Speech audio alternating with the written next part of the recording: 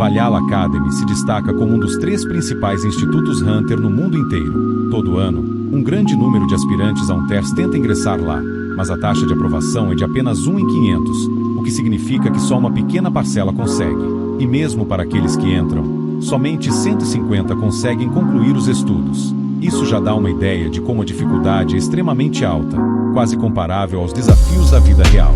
Logo no primeiro dia de aula, já tem muita gente se dedicando em treinos pesados, com batalhas que vão desde combates corpo a corpo até enfrentamentos com espadas. Quem supervisiona tudo isso é Lee Kantou-shiro, o instrutor de combate sênior. E então, surge Yumin Jr., interessado em observar um candidato da sua própria família que merece um olhar especial. Yan, pertencente à prestigiada família Yin, uma das 5 mais importantes da Coreia, está entre os novos alunos. Todo adversário que tenta enfrentá-la acaba derrotado, já que seu talento com mana e sua destreza com a espada são impressionantes. O futuro dela parece brilhante, mas o instrutor raramente presta atenção, até o momento em que ouve que a família de Yan conseguiu se comunicar com o guardião da constelação da linhagem Yuzi. Essa notícia finalmente desperta o interesse dele. Neste universo, existem 5 escolhidos conhecidos como guardiões das constelações, e é comum que caçadores recebam bênçãos ou façam pactos com eles. Cada um desses guardiões oferece um poder específico. A família Yin é protegida pelo deus da espada, os Jangs têm o deus dos espíritos, a linhagem Jianshou possui o deus das artes marciais, a família Oan tem o deus dos punhos, e a família John recebe a proteção do deus do arco. Yuan, por ter entrado em contato com um desses guardiões, é vista como um prodígio de imenso potencial, e muitos acreditam que ela passará no teste da academia sem dificuldade. A importância dessa situação é tão grande que o mundo inteiro acompanha a batalha dela de 17 anos de idade ao vivo pelas câmeras. Seu oponente é Kim Ju-ayak, também de 17 anos. Os instrutores ficam admirados com a serenidade de Kim, mesmo sabendo que ele enfrentaria alguém tão forte. Yan, confiante na vitória, se prepara para o combate. Ela saca sua espada com determinação, mas Kim não aparece de imediato. Quando decide atacar, a maestria com a espada e o controle de mana dela são de cair o queixo. Contudo, acredite se quiser, Kim a derrota com um único soco no peito. Yan, surpresa com a derrota tão fácil, começa a perceber que as coisas não são como ela imaginava. Há 300 anos, na Torre da Destruição, aconteceu uma batalha lendária entre Brace, o Rei da Destruição, e Kim-on, o Rei Marshal. Eles lutaram de igual para igual, e Kim-on saiu vitorioso, salvando o mundo ao derrotar Brace, que queria destruí-lo. Mesmo assim, Kim sofreu ferimentos tão graves que não conseguiu escapar da torre em colapso. Antes de entrar na torre, ele até pediu que seus discípulos ficassem longe, pois sabia do perigo que enfrentaria. Apesar disso, ele se sacrificou, e em seu íntimo, sentia alívio por não precisar ver mais ninguém sofrer. Por esse motivo, ele foi digno de reencarnar. Kim voltou à vida 300 anos depois, com todas as memórias da sua antiga existência, mas em um corpo novo e fraco. Apesar disso, sua força ainda é tremenda. O mundo agora está em paz, e ele finalmente pode viver a vida tranquila que sempre quis. Mas essa paz não dura para sempre. Uma mensagem aparece na odiosa janela do sistema, avisando que em 5 anos a Torre da Destruição retornará. O mundo e o herói lendário precisam se preparar. Ou seja, a tranquilidade que ele tanto desejava está com os dias contados. Ele até pensa que deveria ter destruído completamente o corpo de Brace, mas se lamentar agora não ajuda em nada. Pelo menos, as condições da torre devem estar mais favoráveis desta vez, então ele decide que ainda vai aproveitar a calmaria que tanto deseja, apesar do aviso. Além disso, o sistema diz que ele deve recuperar suas armas e memórias perdidas, e para isso, precisa ir a Valhalla. O sistema até revela a localização exata, mas ele nem faz ideia do que são essas armas ou lembranças, muito menos o que é esse lugar. No primeiro dia na academia, ele derrota a garota mais promissora com um único soco. Se a intenção era passar despercebido, isso definitivamente não deu certo. No último dia, seu adversário é um garoto gigante de 17 anos da família Oan, famosa por serem os reis do punho. Desta vez, o instrutor está observando de perto, e o oponente já sabia da fama do protagonista, mas ainda assim, permanecia confiante. Afinal, o protagonista não parecia tão ameaçador. O gigante até fez questão de avisar que iria destruí-lo, mas usou umas expressões que o protagonista não entendeu. Quando o oponente explicou que mandaria direto para o inferno, o protagonista apenas pediu que ele se acalmasse. Isso só serviu para deixá-lo ainda mais irritado. O adversário, conhecido como Hulk, tinha um físico impecável e um talento que lhe permitia alcançar resultados impressionantes com pouco esforço. Mas ali estava ele, um prodígio, agora humilhado pelo aparentemente fraco protagonista. Cheio de raiva, Hulk atacou com toda sua força. O protagonista sabia que seu corpo não era tão forte quanto o do oponente e que aquele soco poderia realmente ser fatal. Por isso, ele desviou no momento certo e contra-atacou com seu famoso golpe, um tapa certeiro no peito. Mais uma vez, com apenas um único movimento, o gigante caiu derrotado. O protagonista era sagaz e sabia que podia contar com a imprudência do adversário. A lição é clara: nunca subestime quem parece fraco. Vitorioso mais uma vez, o protagonista sente que, mesmo com um corpo menos poderoso, vai ficar ainda mais forte do que foi no passado. Tudo isso foi testemunhado por várias pessoas, incluindo olheiros de equipes importantes, que o viram se destacar entre as famílias da elite. Um desses olheiros era o líder da família Fist, um respeitado artista marcial. Ele percebeu o talento impressionante do protagonista. Curiosamente, o gigante derrotado era seu filho mais velho, e o pai, já acostumado com a imprudência do garoto, ficou maravilhado ao ver como o protagonista lutou com precisão de um mestre. Ciente desse talento, o velho decide que precisa trazer o protagonista para sua família, custe o que custar. A próxima luta do protagonista atrai espectadores que ele prefere evitar. Um grupo de adultos que observa uma garotinha de forma perturbadora. Isso o incomoda bastante. Essa é a última batalha que definirá o ranking final dos aprovados para avaliá-lo. A oponente é Shoyari, a segunda filha da família Shoin. Ela também tem 17 anos e ainda mais bonita que a primeira adversária. Mas será que é mais talentosa? O primeiro movimento de Shoyari é analisar a reação do protagonista de maneira tranquila. Eles ficam parados e o ar fica tenso, criando um clima desconfortável. O protagonista percebe que ela está pensando estrategicamente e deixa que ele faça o primeiro movimento, provando que é mais esperta que os outros. Ele então começa a se mover com calma, sua mão pesada avançando lentamente. Shoyari responde com sua espada relâmpago, surpreendendo todos ao exibir uma habilidade elemental rara para sua idade. O público assiste admirado. O protagonista observa tudo com calma, esperando o momento perfeito. Quando vê uma abertura, parte para o ataque com força total. Vão! Um golpe poderoso, que acerta apenas o ar. Ele se esquivou tão rápido que, quando apareceu ao lado dela, imagine como ela se sentiu. Ele tenta seu famoso tapa no peito. Shoyari é pega desprevenida, mas ainda consegue se defender, bloqueando o ataque com sua espada. Nesse momento, o protagonista começa a ver que ela tem mais valor do que pensava. Aren sente seu corpo vibrar com o impacto e percebe que, se tivesse sido atingida diretamente, teria morrido. Antes que ela possa reagir, o protagonista já está na frente dela outra vez. Ele a provoca, dizendo para ela tentar desviar do próximo golpe. Um soco curto e poderoso acerta sua barriga, e a espada se pressiona contra ela. Shoyari desmaia, inconsciente. Foi uma batalha intensa, e ele não pegou leve só porque era uma garota. Kazuma aprova esse protagonista. Com esse resultado, a classificação dos alunos ficou assim: Kim Ju-wook em primeiro lugar, Shoyari em segundo, e alguns outros figurantes em terceiro. A Mana provou que ser a primeira na melhor academia do mundo não é fácil. Como era de se esperar, 1 milhão de repórteres cercaram o protagonista após o evento, fazendo várias perguntas. Irritado, ele ignorou todo mundo e se retirou, transmitindo isso em rede nacional. Mais tarde, na internet, seus vídeos estavam cheios de comentários. Em Valhalla, os alunos aprovados começaram o alistamento, mas para o protagonista, isso não era grande coisa. Enquanto os outros estavam tão nervosos que mal conseguiam dormir, ele notou que ninguém sequer olhava em seus olhos. Será que tinham medo de serem espancados também? Ele então se pergunta se acabou chamando muita atenção no dia anterior. Seu plano era simples: entrar na academia mais importante do mundo, seguir as instruções do sistema e depois sair. No primeiro dia, os alunos foram levados a uma sala de simulação de luta virtual. O professor ficou alarmado. Afinal, naquela turma havia 3 gênios das 5 principais famílias, 2 garotas talentosas e o cabeça quente do Hulk. Isso já era o suficiente para deixá-lo nervoso, mas o fato de o garoto que derrotou os 3 estar lá também o deixou ainda mais preocupado. O professor até sentiu a pressão arterial cair.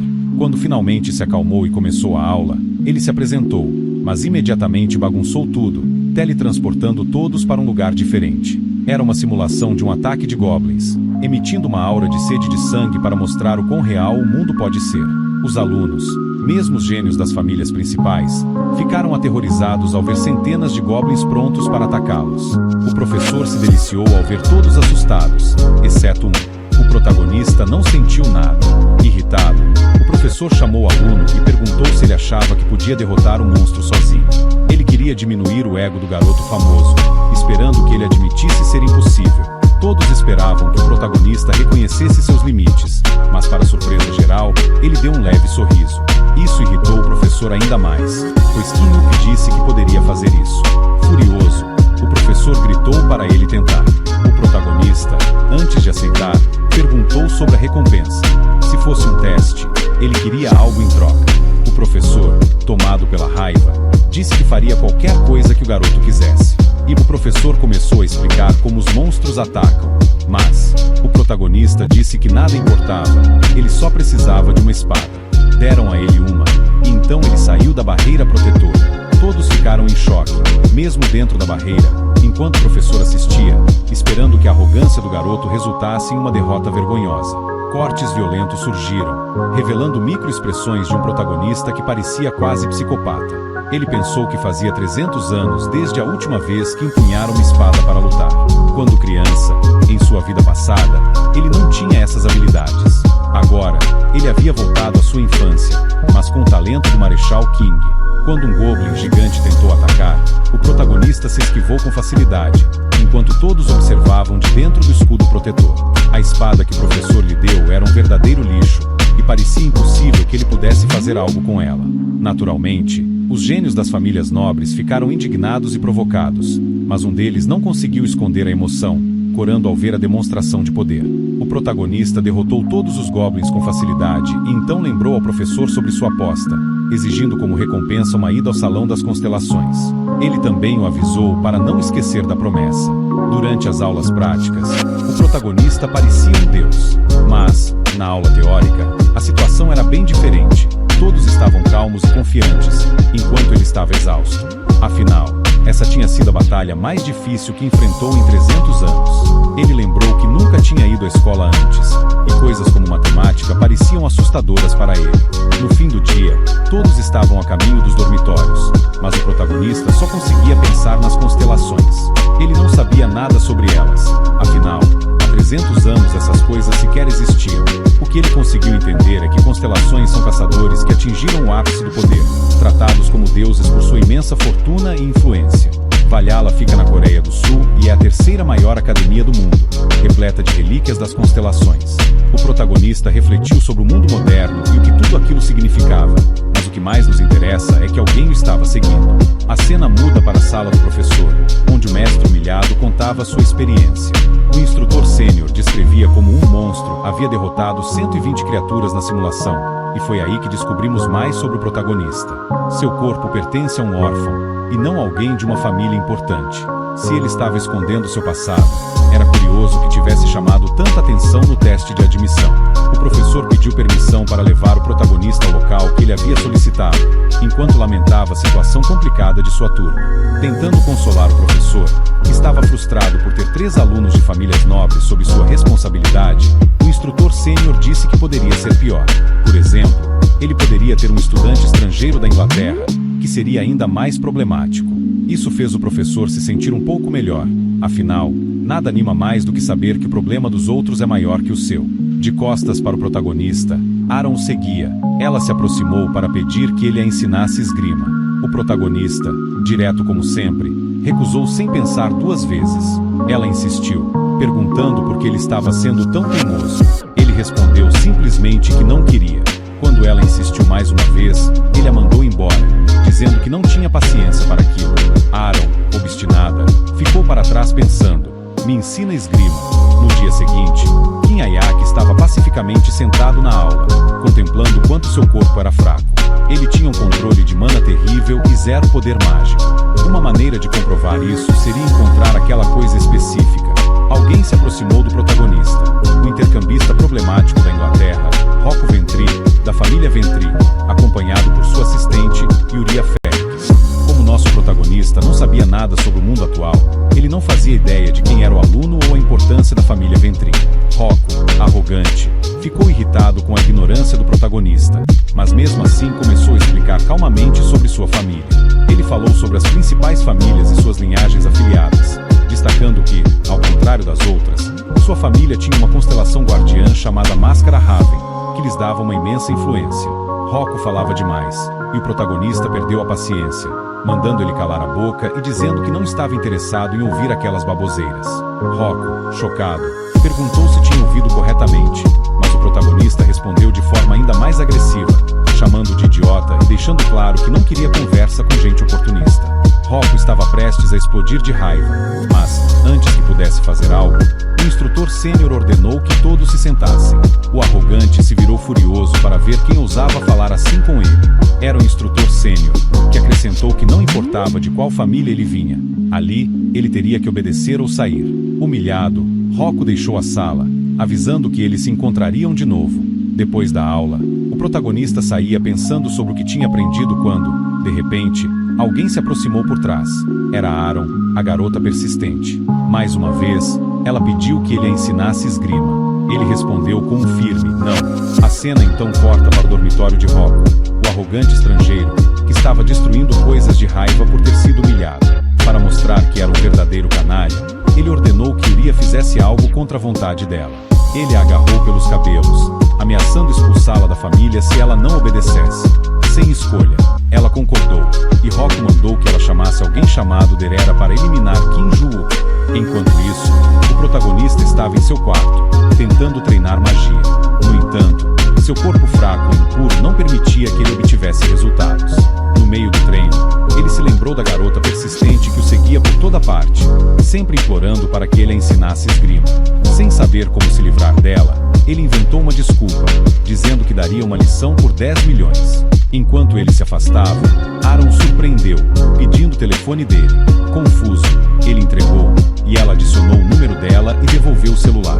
O protagonista pensou que ela fosse chamá-lo para sair, mas, em vez disso, a garota maluca transferiu 100 milhões para sua conta e disse: "Me ensine esgrima por 10 aulas." O protagonista rapidamente devolveu o dinheiro, explicando que tinha sido uma piada, e saiu dali. Por um momento, ele considerou que ter dinheiro não seria tão ruim, mas logo se lembrou de que dinheiro não seria um problema assim que ele conseguisse aquela coisa.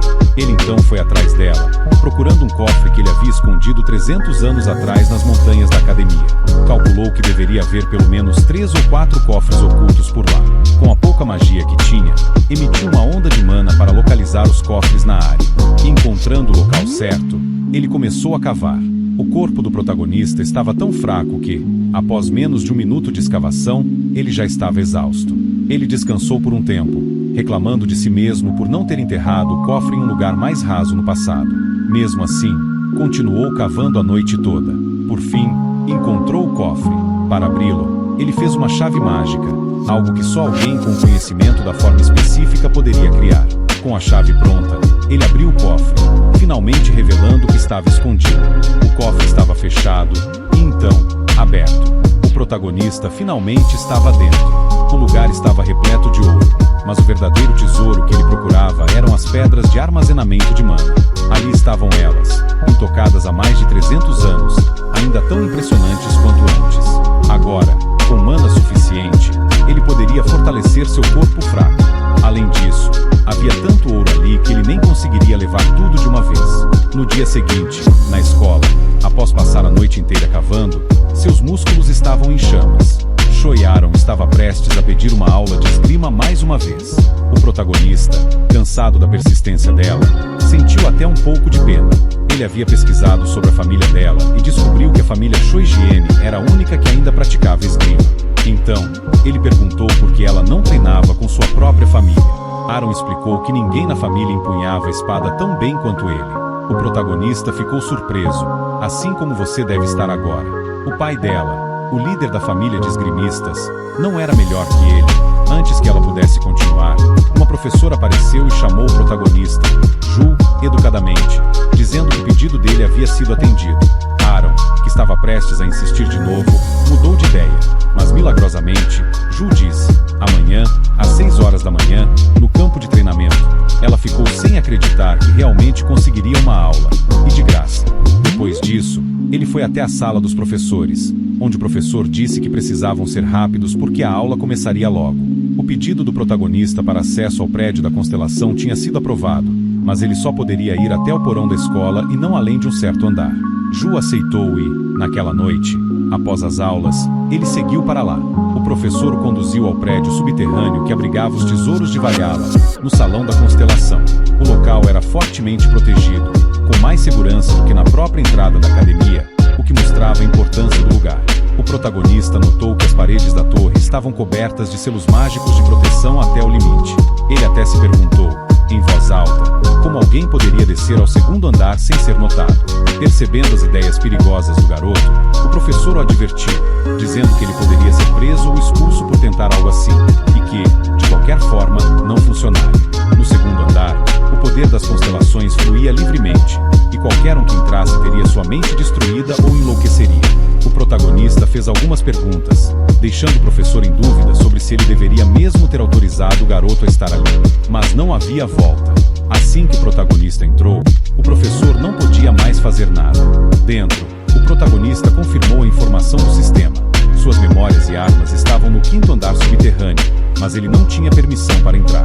Mesmo assim, ele decidiu continuar descendo. Nas primeiras escadas, ele viu vários cofres e nada mais. De repente, o sistema apareceu e informou que os requisitos foram atendidos, e ele seria transferido para o salão principal. Tudo ficou escuro, e então o protagonista viu o ex-rei da destruição. O rei o reconheceu, dizendo que fazia 300 anos desde o último encontro. Era um grande reencontro, ou quase. Antes que o rei pudesse terminar de falar, levou um soco na boca. O protagonista estava furioso. O rei pediu que ele se acalmasse, mas levou outro soco, desta vez do outro lado. Mais um pedido de calma, e outro soco. Depois de 40 socos, o protagonista finalmente se cansou e deixou o rei falar. Mas não por muito tempo. Logo ele começou a desferir chutes, aplicando 32 golpes antes de dar outra pausa.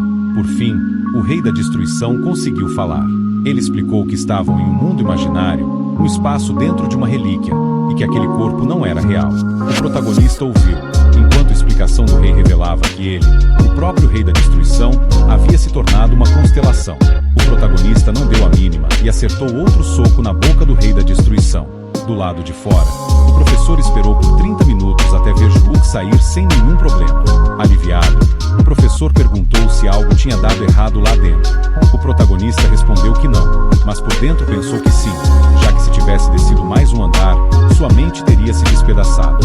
O professor, aliviado, concordou e foi embora, achando que Juluk era um garoto teimoso e problemático. Enquanto caminhava, o protagonista refletiu sobre a conversa. Na verdade, 99% do tempo ele havia passado socando o rei da destruição, e apenas 1% perguntando se era ele quem tinha feito aparecer a janela do sistema, avisando que em 5 anos a torre da destruição reapareceria. Bar, o rei da destruição, revelou que não era ele, e também mencionou que tinha recebido uma mensagem do sistema, ordenando a recuperar suas memórias encontrando Kim Juluk. Bar explicou que, no passado, uma figura misteriosa o tornou o dono da torre da destruição, mas ele não se lembrava de toda a sua vida passada, ao contrário do protagonista, que lembrava de tudo. Eles trocaram informações sobre as mensagens do sistema, e Bar finalmente revelou que a arma do protagonista era uma das 4 relíquias sagradas. Bar virou uma constelação justamente porque usou essa relíquia, que era uma espada sagrada. O protagonista ficou confuso. Sua espada agora era uma relíquia, e dentro dela estava seu antigo inimigo, o mesmo que ele matou. O fato de ter uma relíquia tão poderosa da academia mais importante do país parecia surreal. A segurança máxima realmente era uma piada. Enquanto isso, alguns alunos preguiçosos do 2º ano viram o protagonista e decidiram testá-lo, querendo saber se o primeiro lugar no exame de entrada era realmente grande coisa.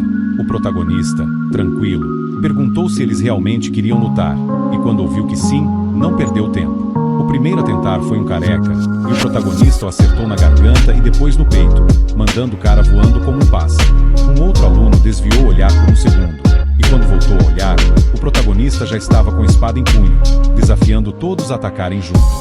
Se eu estivesse lá, teria saído correndo, mas os figurantes sempre são idiotas. 3 horas antes, o loiro, da família Sunrise, estava no quarto do intercambista inglês. Ele havia sido contratado para dar uma lição em Juluk, com a promessa de ajuda para sua família em troca. Como aluno do 2º ano, ele achava impossível perder para um calouro. Afinal, todos que avançavam para o 2º ano em Valhalla só conseguiam isso ao fazer um contrato com uma constelação no 4º andar. Como um contratado, Ele tinha certeza de que venceria facilmente, até ver o protagonista esmagar os outros alunos como se fossem formigas. Enquanto o garoto assistia à derrota de seus colegas, sua confiança se desfez. Mesmo aqueles que demoraram mais para atacar apanharam ainda mais que os outros, e o grupo começou a se perguntar se deviam fugir ou aceitar a derrota também. No final, ninguém ficou consciente. O protagonista então acordou o líder do grupo com um tapa e perguntou seu nome e quem o havia enviado. O garoto deu seu nome, mas recusou revelar quem o contratou. O protagonista, em vez de se irritar, até admirou a lealdade dele, mesmo de alguém que tentou prejudicá-lo. O líder ameaçou, dizendo que o protagonista seria expulso por lutar na academia. Mas o protagonista riu, dizendo que não se importava. Ele sugeriu espalhar a notícia de que um aluno do primeiro ano havia derrotado 10 do segundo ano. Se isso acontecesse, todos os 10 também seriam expulsos, arruinando suas chances de entrar em qualquer guilda no futuro. Com isso, o protagonista venceu a luta e a discussão. Enquanto isso, o lixo da Inglaterra esperava ansiosamente uma ligação confirmando que o protagonista tinha sido derrotado. Quando o telefone finalmente tocou, ele só ouviu uma frase: "Vou largar esse trabalho. É melhor você não cruzar o caminho daquele cara." Ventri perguntou se ao menos iriam denunciar o protagonista para a academia, dizendo que, caso fossem expulsos, a família Ventri os apoiaria. Mesmo assim, o garoto se recusou e disse adeus. O medo acabou falando mais alto que o dinheiro. Depois disso, Trick ordenou que um membro renegado de sua família, atualmente no México, cuidasse do protagonista de uma vez por todas. Na manhã seguinte, o protagonista estava pronto para treinar. Ele tinha marcado uma aula com a garota de esgrima, e enquanto se espreguiçava, ela pareceu ansiosa, pedindo: "Ensine-me esgrima." Mas a resposta dele foi um firme não. Antes de aprender esgrima, ela precisaria melhorar seu condicionamento físico. Aaron, distraído, só conseguia pensar em esgrima, então ele insistiu que ela começasse a se alongar porque o treino seria intenso. Ele observou que, atualmente, as pessoas treinam apenas mana e negligenciam o preparo físico, o que é um grande erro. Aaron, por exemplo, tem muita mana, mas desmaiaria se corresse 20 metros. O treinamento começou com 200 flexões, seguidos de agachamentos para fortalecer os glúteos e uma série de outros exercícios físicos. Depois de quase uma hora, o protagonista avisou que aquilo era só o aquecimento. Quando ele mencionou que correriam 20 quilômetros, Aaron se arrependeu de ter pedido aulas de esgrima. Mais tarde, na sala de aula, o protagonista sentiu aquela dor prazerosa após o treino, enquanto Aaron parecia prestes a entrar em coma de tanto cansaço. Seu braço tremia tanto que parecia possuído. Nesse dia, a professora anunciou que aplicaria um teste escrito sobre monstros dimensionais e pediu silêncio. O teste avaliaria o conhecimento sobre como enfrentar esses monstros. A garota com olhos de mima fez a prova com facilidade, enquanto o grandalhão parecia perdido. Aaron, por outro lado, respondeu todas as perguntas com a frase: "Me ensina esgrima." O protagonista foi o primeiro a terminar e aguardou pacientemente até o fim da prova. Quando a professora pediu para os papéis serem recolhidos de trás para frente, Aaron não conseguia nem virar o pescoço, então pediu ajuda. Todos saíram da sala, e o deus da destruição, que vivia dentro da espada do protagonista, perguntou se ele tinha certeza das respostas que marcou, já que não pareciam nada corretas. Logo depois, vimos a professora na sala dos professores, irritada com algo. Entre todos os alunos, um em particular havia ultrapassado todos os limites do bom senso. Ela estava furiosa ao corrigir as respostas de um determinado aluno. Outra professora passou, curiosa sobre o desempenho dos alunos, e foi informada de que a maioria foi bem, como esperado da elite da escola. Isso deixou a outra professora feliz, até ouvir o nome do protagonista. Ela se engasgou com seu café, enquanto a professora corrigia as respostas absurdas. Uma semana depois, na aula seguinte, a professora, ainda furiosa, mandou Kinjufo dar um passo à frente. Ele se aproximou com calma. O objetivo dela era confrontá-lo na frente de todos, para que ele levasse o teste a sério. Segundo ela, não havia lugar no mundo onde as respostas dele fizessem sentido. Ela questionou se ele havia feito o exame com seriedade, e ele afirmou que sim. Então, ela começou: "Como você lida com um goblin?" Ele respondeu: "Soco no estômago." A segunda pergunta era sobre o que fazer quando 8 goblins correm em sua direção. Ele disse: "Manda todos para o inferno." O professor ficou ainda mais irritado com essas respostas. Outra pergunta era sobre como lidar com um monstro de alta defesa. Ele respondeu: "Derrota com um golpe ainda mais forte." A professora quase enlouqueceu, mas ele confirmou cada resposta absurda na frente de todos. Para fazê-lo admitir seu fracasso e sentir vergonha, ela ativou a sala de simulação para mostrar o quão ridículas suas respostas eram. A professora ativou a simulação para testar as respostas do protagonista na prática. Surgiu um Goblin com uma defesa extremamente alta, e ela pediu que ele mostrasse como sua resposta absurda poderia ser correta. O protagonista não demonstrou qualquer nervosismo, o que já era suspeito. Calmamente, ele entregou sua prova ao professor, pegou uma espada e apontou para o Goblin de pedra, sem qualquer pressa. A professora sabia que ele havia derrotado 120 Goblins na aula de outro instrutor, mas achava que enfrentar um Goblin com uma defesa tão robusta seria diferente. Quando o Goblin atacou, o protagonista simplesmente lançou a espada no estômago da criatura, que se despedaçou completamente. Como eu disse, um golpe no estômago resolve quase tudo, afirmou ele. Todos ficaram mais uma vez impressionados, menos Aaron, que já conhecia melhor os segredos do misterioso aluno. O professor, ainda mais intrigado, quis saber como ele fez aquilo. O protagonista apenas repetiu que era questão de bater na barriga, sem qualquer segredo. Isso deixou o professor enlouquecendo, mas ele ainda questionou sobre a segunda situação: os 8 Goblins furiosos atacando ao mesmo tempo. Liberando uma nova simulação, a professora criou uma caverna com Goblins prontos para atacar. 3 Goblins foram os primeiros a vê-lo, e o teste era impedir que eles chamassem o restante do grupo. Antes que qualquer um pudesse pensar em uma estratégia, o protagonista rapidamente acertou o primeiro, saltou sobre o segundo e enfiou a espada na boca do terceiro, não dando a menor chance para que os Goblins alertassem os outros. Assim, o professor finalmente percebeu que todas as respostas do protagonista estavam certas. Nos dias que se seguiram, Aaron lutava para sobreviver ao treinamento físico antes de começar a aprender esgrima. Enquanto ela mal aguentava, o protagonista também ficava cansado, mas seu nível de preparação física estava em um patamar completamente diferente. Quando ele perguntou a Aaron como ela enfrentaria os monstros, a resposta dela foi simples: ela usaria o poder emprestado das constelações. O protagonista, porém, sempre refletia sobre a dependência excessiva desses poderes externos. Ele acreditava que, se alguém acabasse em uma masmorra com restrições mágicas ou em uma luta prolongada, poderia ficar sem mana e se encontrar em sérios problemas. Para ele, a verdadeira força deveria vir de dentro, e as constelações deveriam ser um complemento, não uma dependência. Ele perguntou se Aaron achava que o treinamento de resistência era uma perda de tempo. Aaron respondeu que não e concordou com os métodos dele, mas só porque ele havia prometido ensinar esgrima depois disso. Apesar de concordar, ela ainda não estava completamente convencida, e naquele momento não conseguia mais continuar o treino. Ela estava exausta, quase à beira do colapso, e precisou sair antes de literalmente desmaiar. Para o protagonista, a base de tudo era ter um físico poderoso antes de focar no controle de mana. Ele dava extrema importância a essa abordagem. Ao lado dele, o grandalhão que ele havia derrotado antes também estava treinando sem parar, algo que o protagonista nem tinha notado. O garoto nunca parava de fortalecer seu corpo, e isso era sua maior força, a determinação em melhorar fisicamente. Já Aaron, por outro lado, possuía boa percepção e uma visão de combate apurada. Após muito treinamento, o protagonista consultou o sistema sobre sua próxima missão. Ele foi até o porão, pegou sua verdadeira arma e deixou uma réplica no lugar. Seu próximo objetivo era ir até uma casa na Floresta Valhalla para recuperar algo valioso. Se não fosse pelas instruções do sistema, ele nem estaria na escola. Mas o protagonista ficou curioso sobre o valor das joias.